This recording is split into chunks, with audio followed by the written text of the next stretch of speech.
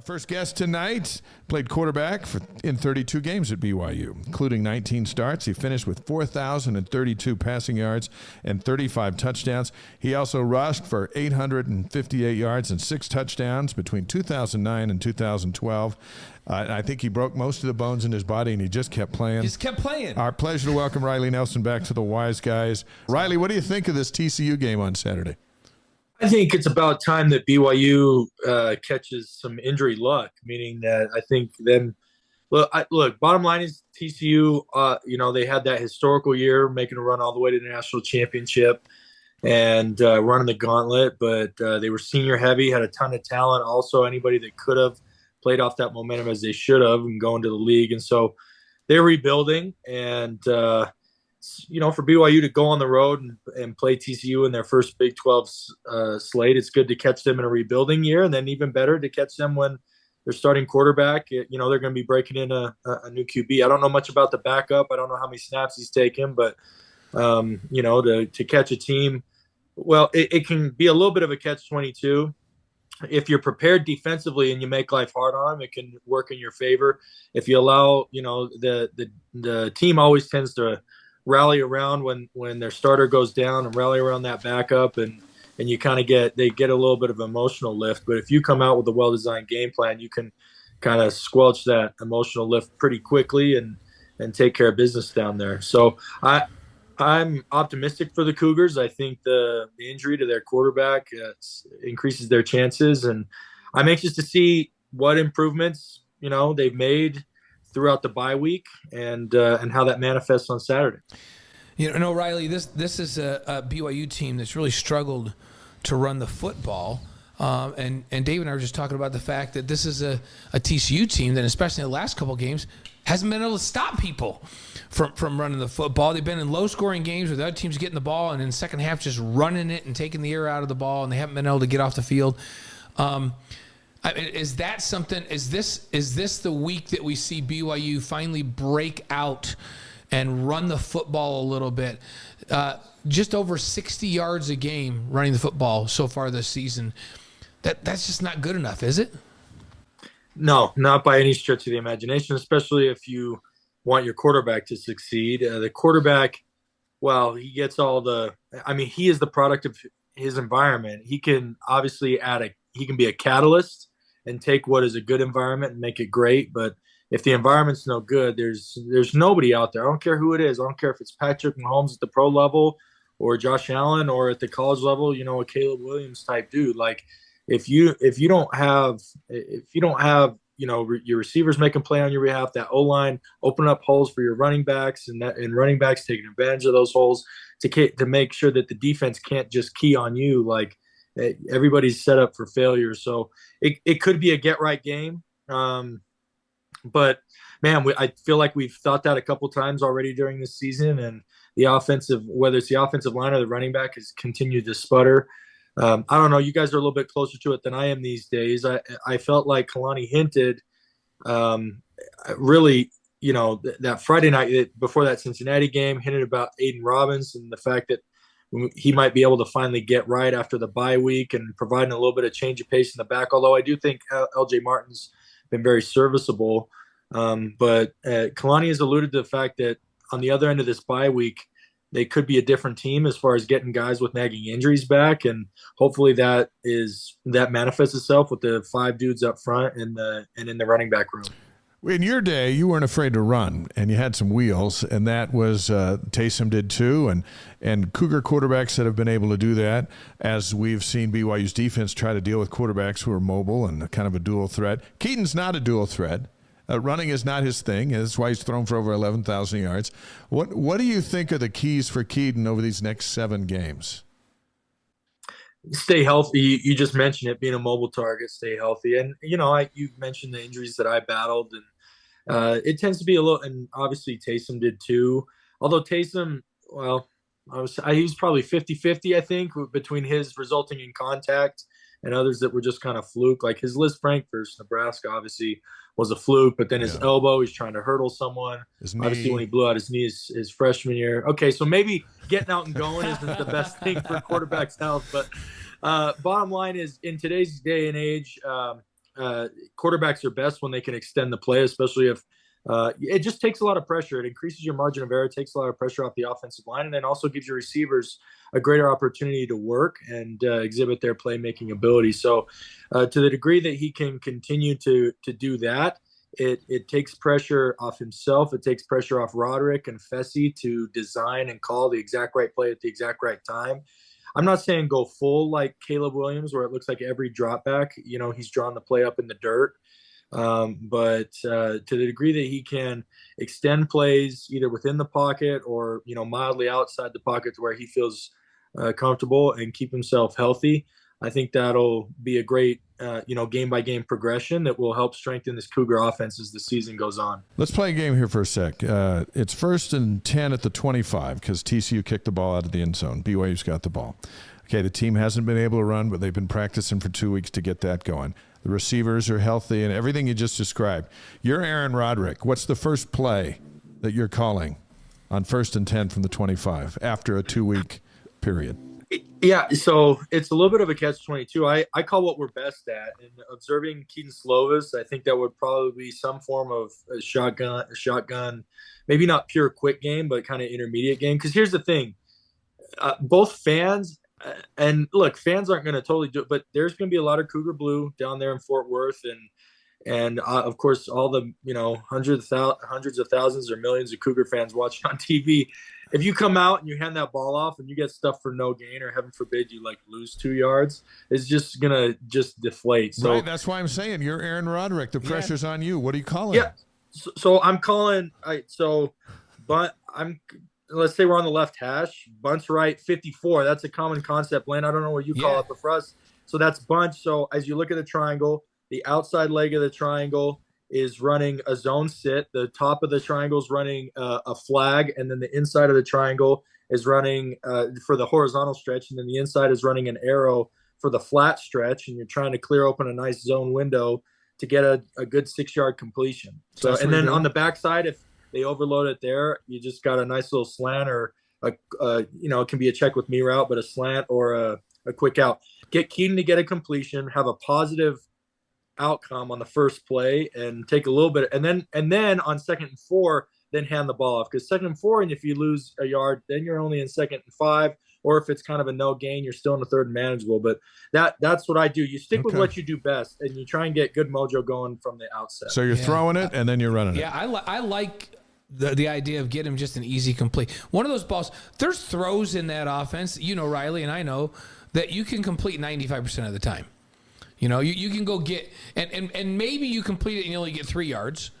And I'd even be okay with that. But typically you throw the ball out there, even if it's a quick screen out to a bunch where you complete a ball, you're going to get a minimum of 3 yards. You might get 7 yards, but you get it complete under your belt, and now you get positive yardage on the first play. And everybody just kind of goes, like they take a breath after you get that complete, right?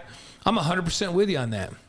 If it were me, I'd call a zone action bootleg and just get myself a nice little triangle read with the flat and the over and the trail. Yep. And if I don't like it, so again, nice easy completion. The other thing is, with a zone concept, you're hanging that end, right? We're booting that end, so it immediately gets his mind. Well, first of all, it gives the box a look. Is he chasing heel line? To allow us to be out, get out there and have more boots, and maybe rather than a short to intermediate boot, roll around for a shot that takes a little bit longer down the field, or is he going to be hesitant, which means that our zone we can give the feedback to our running backs that he's maybe going to have a cutback, but come out and go 1 to 2 to trail, and if you don't like any of it, if it's me, I go and get 4 or 6 yards with my legs. If it's Keaton.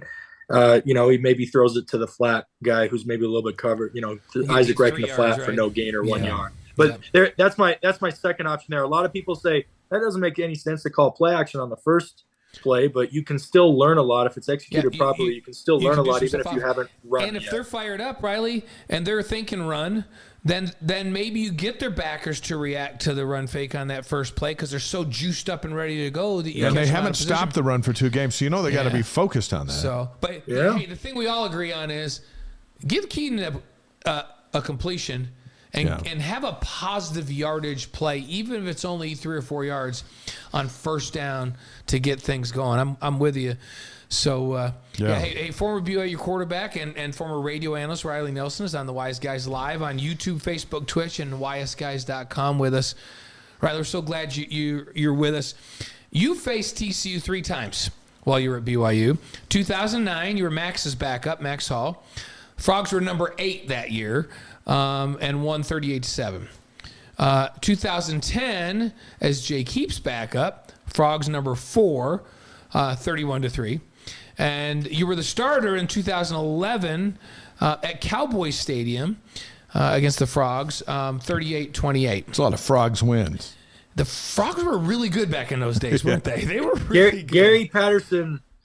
Gary Patterson, he had like a very healthy dislike for BYU, such that they always had their team so well prepared, and they were really in their groove. I mean, they had a lot of pros on those teams. Obviously, Andy Dalton was out there, but, Jeremy Curley was another guy who gave problems in the secondary. I played against a linebacker named Tank Carter, who I think was a third-round draft pick, and, who was the captain of that defense. But, yeah, he always had him. I do feel a little bit badly about, the loss that I actually started in, because I threw a pick in the end zone. I got too cute. The guy was playing inside on Ross, and I thought, let's throw him a slant or let's throw him a sluggo, where I had him on a quick in. I should have just let Ross use his big body and throw a body throw and just gone with the slant, even though he's playing inside. Instead, I do a sluggo. Ross slips as he's coming out of his break, and I let the ball go.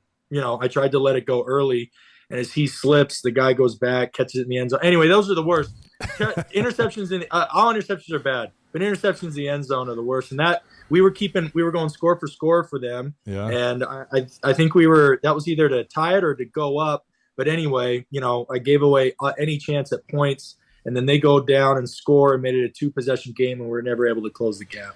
So it's amazing how when you played, you always remember your interceptions. Oh, you remember the bad plays. You just always remember, like, why did I throw that? Or you remember the ones where you threw a decent ball and the receiver tipped it up in the air and it got picked. But hey, right, there's a lot going on the chat with our folks all around the world that are listening in, and a lot of talk about TCU's got to play a freshman quarterback right now because Morris is out, and they were saying, hey, does this transfer portal thing make it harder to get young quarterbacks and keep them in the program, because they all want to play right now. So if they're not the starter as a freshman, everybody's looking to get out and they go transfer someplace.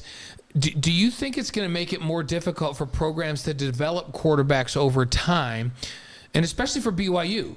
Or has BYU got a unique situation where maybe they can keep guys and develop them like they have the last several years? Their last 2 guys are guys that came all the way up through the program. Keaton Slovis, of course, is a transfer, but they haven't been the transfer portal place. Is that all going to change? That's what everybody's asking on the chat tonight. That's a great question, and man, I wish I had a crystal ball. I could make a lot of money consulting these programs and working with their recruiting consultants, whether or not to bet on high school kids or transfers. I do believe that, it is going the dynamics for kids coming out, especially quarterback, which has an interesting dynamic because it's not like you can work a guy into a rotation. It's all or nothing. That one guy's playing and everybody else is not playing, and so I see. Kind of what I see, obviously you're going to have your P5 to P5s, but what I see more are the opportunity of using, G5. You get a guy, honestly, like it was a little bit me. Like I went to Utah State out of high school for different circumstances.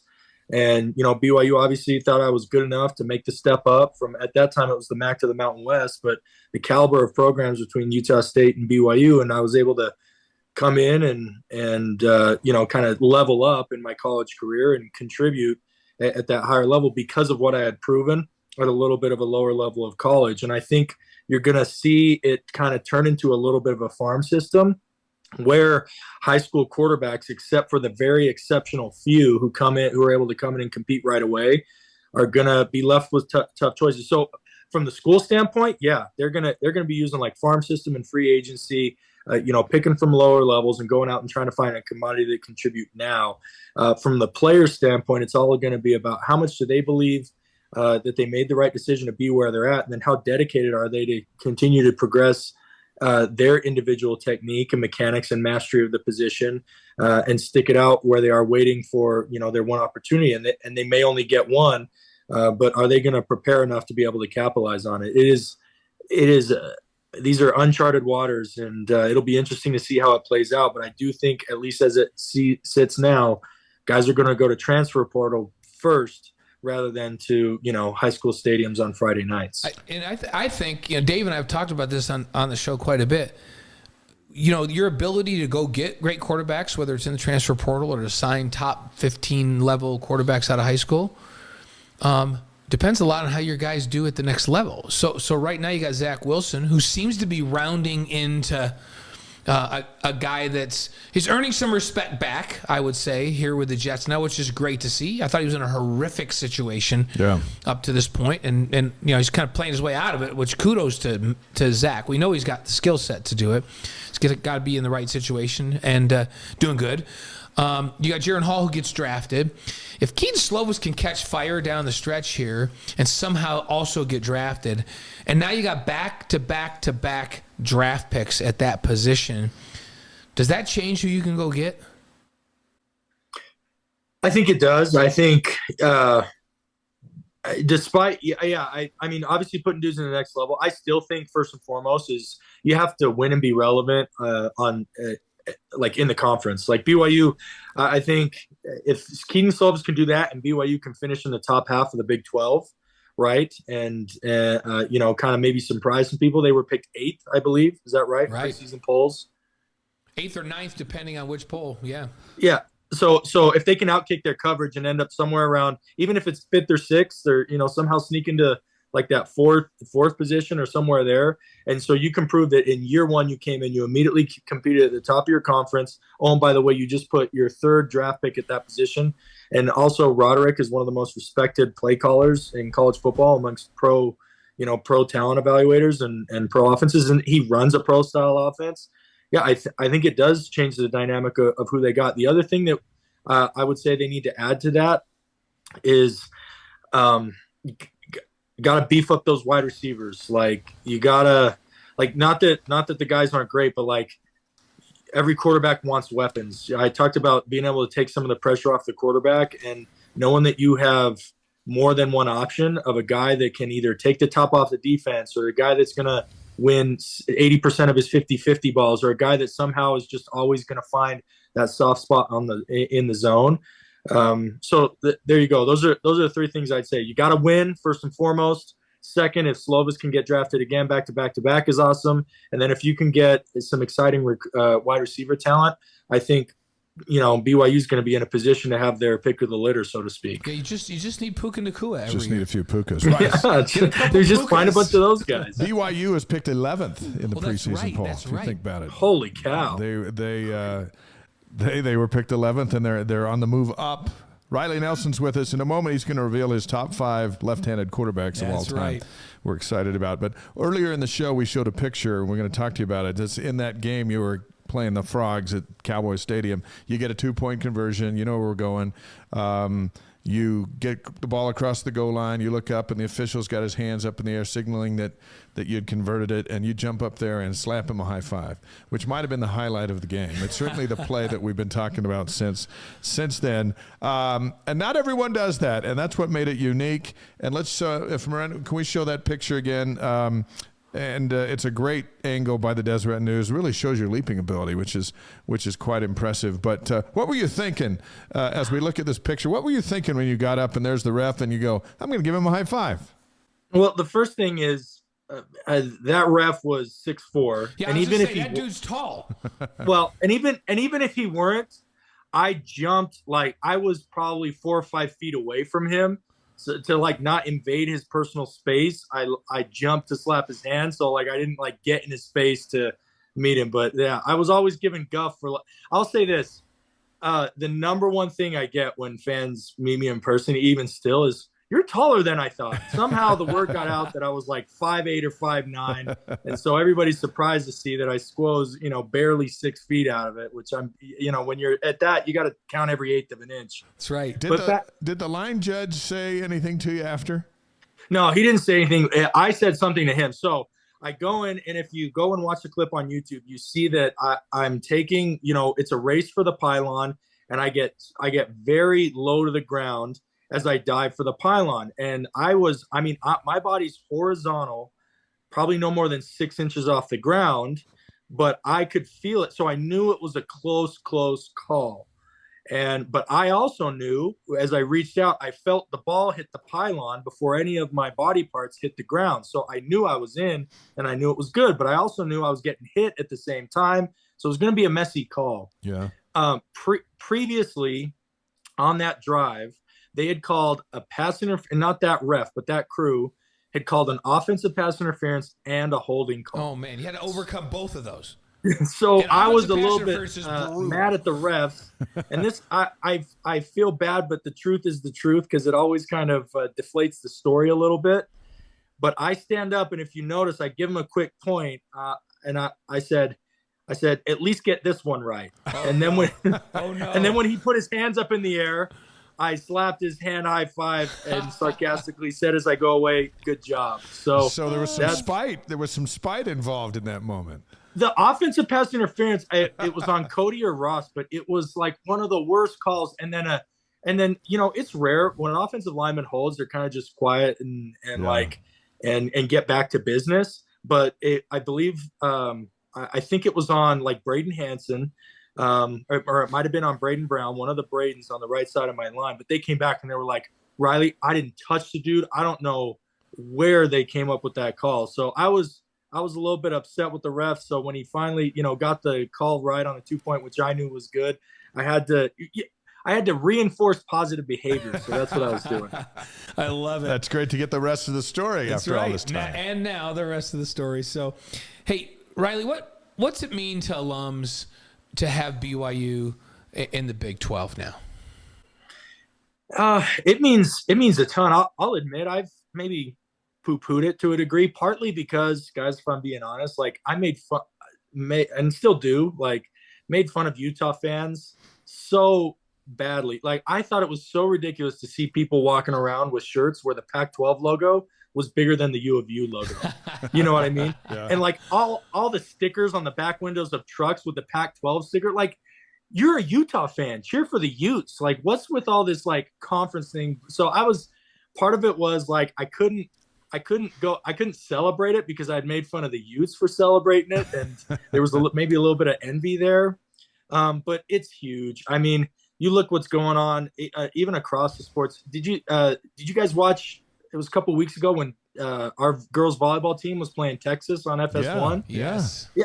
I mean, that environment looked awesome. I'd never really seen a girls volleyball environment outside of the field house that was like that even compared to BYU. And sure enough, Texas is down there and they're rocking, and it was a tough competitive game. And then you look at what women's soccer's doing, and of course, all that's gone on with football, even though they're only a couple games into their Big 12 slate. But it's a lot of validation of a lot of years of, I'll just be honest, of frustration, of feeling like you're kind of on the outside looking in. And even though we kind of snuck our way in 1984, felt like there was other years where we had some squads out there, but because of conference affiliation or schedule alignment or whatever, never got the full opportunity to prove it. Well, now there's no more excuses for anybody else to leave us out of the dance. We have an equal seat at the table, and now the responsibility is fully on us to perform.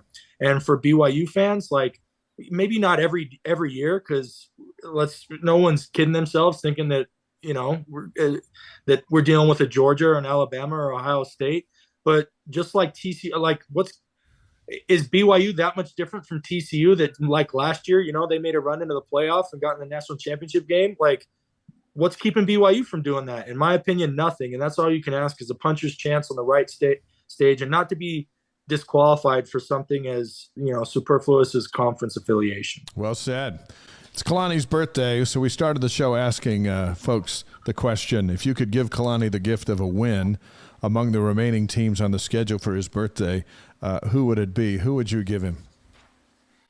Oklahoma, because they're having beaten Texas, they're the big dog now, and being part of that 2009 team, I feel like that was such a hallmark even back then, and it's so remembered. And to be the best, you got to beat the best. And even if they don't happen to be able to beat all the rest of the teams, if you can beat the number one seed in the conference, which is, you look at Oklahoma's schedule. I mean, the reality is the Big 12 is a gauntlet, so Oklahoma could lose any given week, but at this stage, it's looking like they're going to be undefeated in conference play by the time that they line up against the Cougars. So as much as I want that win over Texas, because I get so tired of the media hyping up Texas every year and then falling short every year, as much as I'd love that one, I would give the nod to Oklahoma because they're sitting atop right now. Do Riley and I have to be on the same page on everything tonight?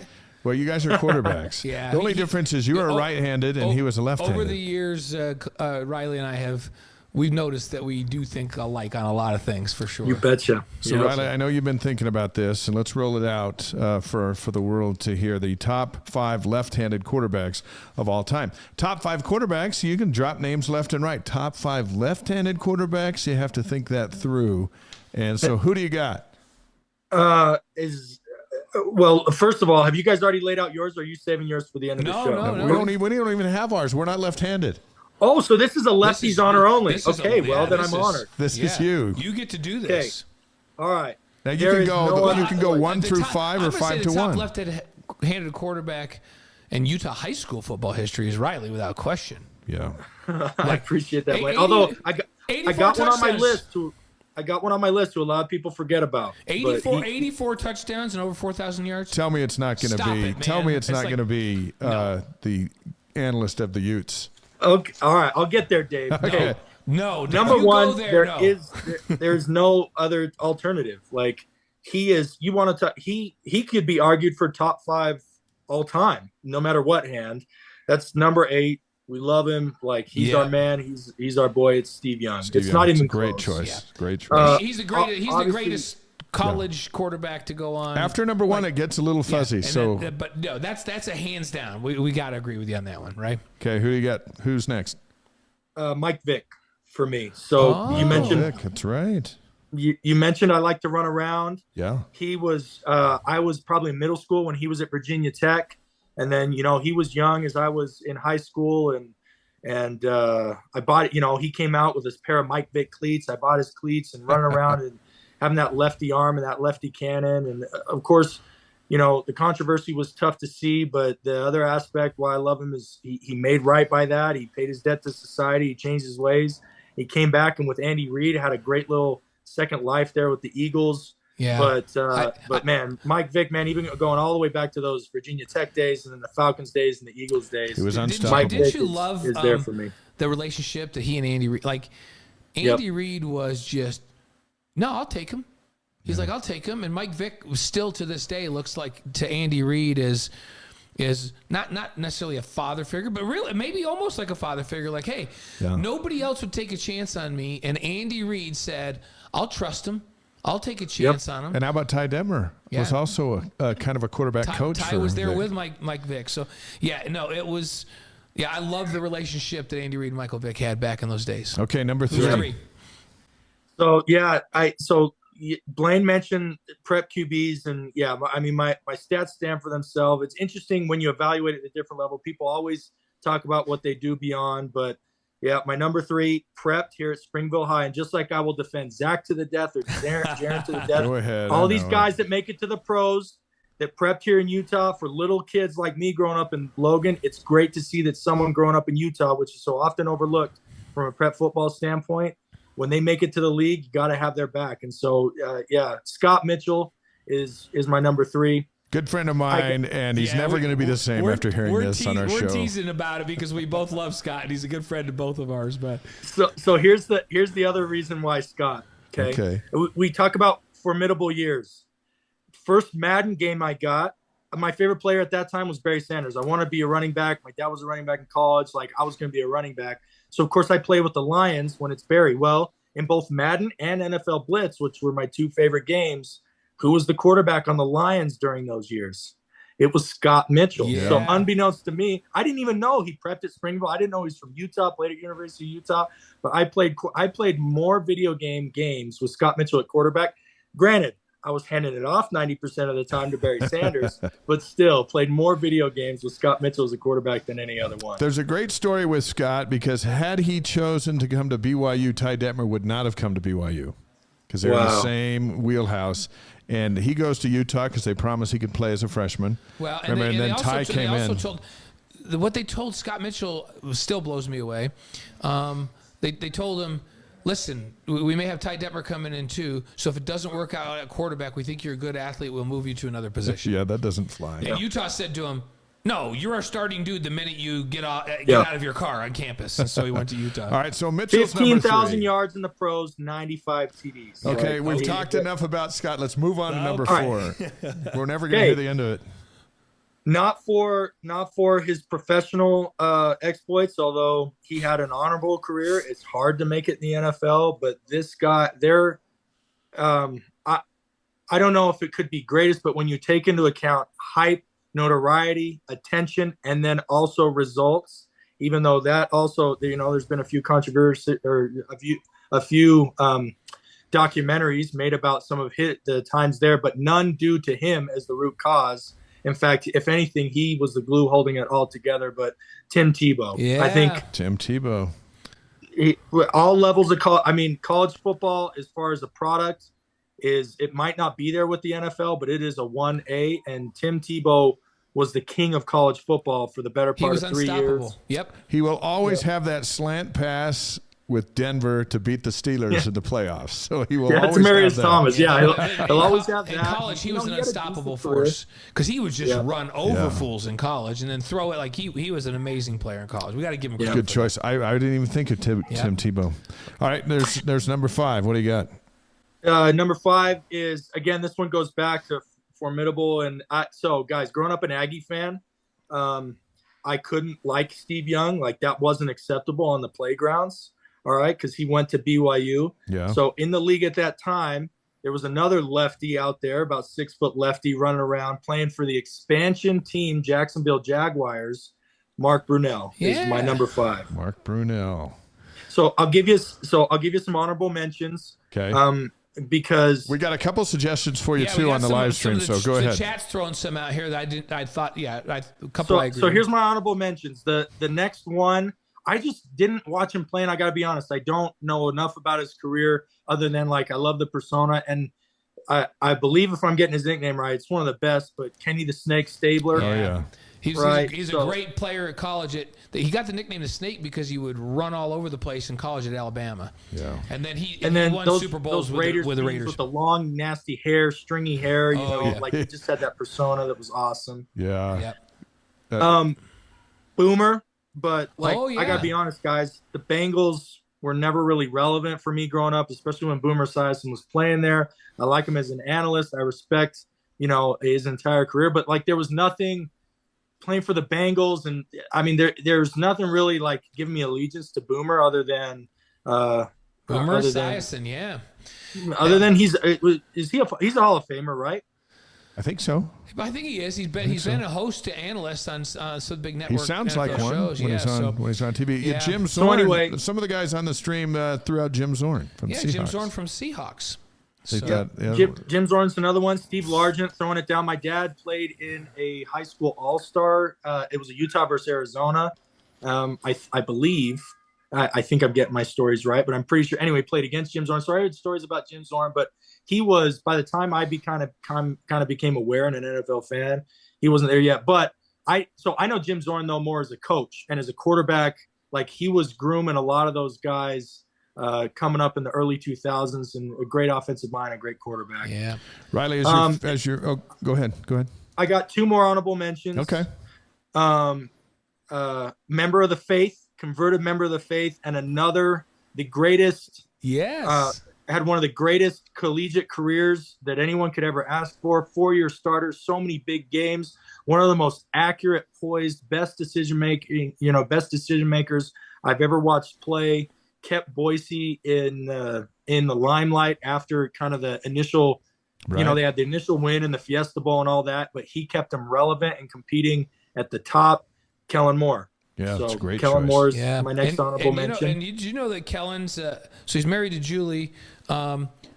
Julie's dad was a defensive back at BYU. Did you know that? No, I didn't. Yeah, Julie Wilson's dad was a defensive back here at BYU back in the 70s. So he married a BYU football player's daughter. So of course, eventually he was going to join the faith. And yeah, no, I'm with you, Kellen Moore. He's the winningest quarterback in the history of college football. That's all you have to say, right? Yep. About Kellen. Yeah, he's amazing. I mean, he was must-see TV. Anytime Boise was on and he was pulling the trigger, you watch that. One of the prettiest deep balls, that left-hand release. And then my last one, because we got to keep it all in the fraternity, and I apologize to any of the older generation that maybe I would have missed out, but I do remember this dude. I especially remember him in a game in Romney Stadium. I think it was in '98 when Utah State was up, I think 28-3 at halftime, maybe even 31-3. Utah State was up 28-3 at halftime or 31-3, and a little lefty from Canada comes back and leads them to a 34-31 victory. Kevin Federick is the next to my honorable mention. We're all in the BYU fraternity. Kevin, had a good little run there. I think I'm pretty sure he holds the single game yards record. Is that right? He might. I think he threw for like 600 plus against Hawaii at some point. But anyway, Kevin's my last honorable mention. So there you go, fellas. There's my list. Who else did I forget? Riley, you named every left-handed quarterback that ever played the game. So I think we've got him. I think we've got him all Tua covered. Tagovailoa is the only one. Tua, that's right. Stick together, but I appreciate what he did at Alabama. But for me to put him on the list of greats, he's got a little bit more work to do. During your enlightenment there, the Coug dude joined us from Modesto, Steve from Olympia, Washington, Eric checked in from Singapore, and Richard from Panama. So the whole world just heard your top five. Heard your top five. And your 5 honorable mentions. I love it when, hey, just check. It's morning in Singapore, but I'm listening to Wise Guys, or hey, we're down in Panama. It's so fun to have. We were just saying we value our fans in Lehigh and Provo. But it's really cool when people get on in the morning from the other the other side Australia, of the world. Really cool. That. Riley, give us a score for Saturday. What do you got? Yeah, man, Cougars always find a way to generate more points than kind of their yards justify. And you mentioned that TCU is going to be giving up a little bit more yards. I think they cracked 40 for the first time. And then I think they struggle. I kind of think this one. I think because of the injury, and I think the offense is going to have a get-right game, and because of their propensity to kind of overproduce on the scoreboard, 42-28. We serve them. We give them a little bit of payback for all those tough losses during the Patterson years. Wow, 42-28. All right, Mr. Football. Life's too short to cheer for unders, guys. That's right. Life's too short to ever throw out a score that's like less than 50 or 60 nowadays. Vegas, so that's why I'm going high. Vegas loves guys like you. They love that mentality. I love it. Mr. Football, 2005 Deseret News, 84 touchdowns up at Logan High, 4,000 yards. Fantastic high school career, and one of our favorite BYU players of all time. Riley Nelson, thanks for joining us, and we hope to catch you soon. Hey, and you know what? I never get to see your dad anymore, Riley, so give Keith a big hug from me when you see him, okay?